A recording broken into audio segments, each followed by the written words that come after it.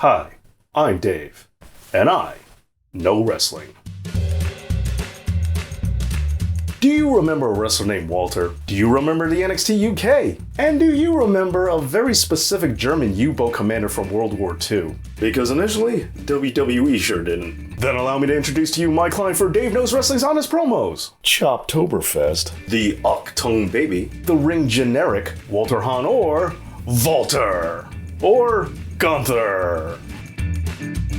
Behold, a wrestler who said that he would never move to America, only to then move to America as soon as the doors to NXT UK began to close. Speaking of which, Walter, all capital letters, was the longest reigning NXT UK champion, holding onto the strap for 870 days. Even though that's really not all that much of an accomplishment when everyone keeps forgetting that your show exists. I mean, you know it's not a real title when he still has Roman Reigns beat, and yet nobody seems to care.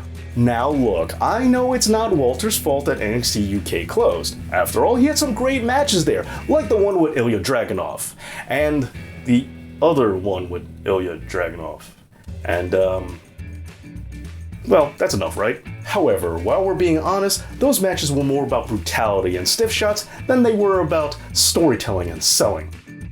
Are we sure this was NXT UK and not New Japan? You know what, that doesn't matter, because ring psychology is just for wrestlers who can't take a punch. And I know, there's some of you out there who think that Walter is a fantastic storyteller, and he is. As long as by fantastic you mean repetitive, because every time it's the same old story of a guy who just can't be put away no matter what. Not like we don't see that every day in AEW. Furthermore, when examining his character work, there are many out there who say that that's great too. As long as you ignore the inconsistency of him always being hyped up as some giant monster who for some reason still has competitive matches with guys half his size. Oh, and that reminds me, now that Imperium has had their feud with the Brawling Brutes, does anyone think it's weird they kind of glaze over his history with Pete Dunne? Let's look at the bright side, because as a result of this feud, Walter is being used as a proper hoss. However, there is something to be said about a guy who got fans to decide that they rather cheer for Sheamus. You know what? Maybe the real reason why there's been so much back and forth over portraying him like a real meat castle is because most of the time while he was in WWE, he spent it having a flabby torso and proportionally skinny limbs. Kinda like having the body of a giant baby. But let's be real, he does have a Cro-Magnon cranium, which really works to distract from his infant-like physique. But forget how much he looks like Fred Flintstone. And also ignore the irony of him having a caveman head while also having worked for a promotion called Evolve. Instead, let's focus on the big issue, his name.